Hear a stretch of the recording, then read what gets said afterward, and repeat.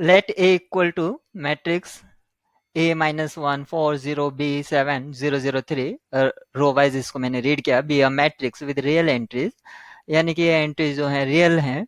If the sum and the product of the all eigen values of A are 10 and 30 respectively, then A square plus B square equal to, यानी कि ए और B जो है आपका, अगर वो किसी तरह से अगर मिल जाए तो हम ए स्क्वायर प्लस बी स्क्वायर का वैल्यू इवेल्युएट कर सकते हैं।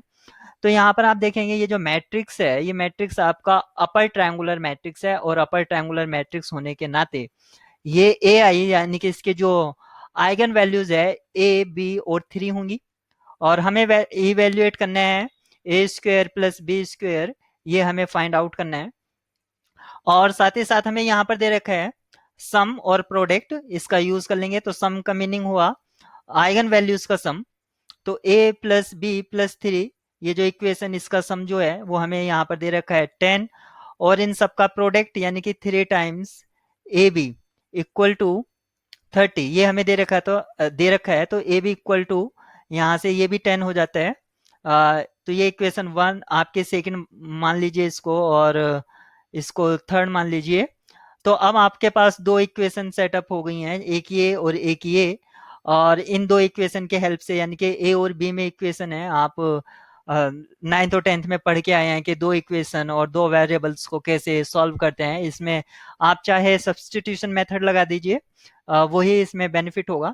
अदरवाइज हमें तो ए स्क्वायर प्लस बी स्क्वायर का वैल्यू चाहिए, आप विदाउट सब्सटीट्यूशन मेथड लगाए भी इसका वैल्यू इवेल्युएट कर सकते हैं। तो ए स्क्वायर प्लस बी स्क्वायर का जो आप मतलब टर्म्स को ट्रांसफर करके आपको जो मिलेगा ए प्लस बी का whole square minus 2 times A B.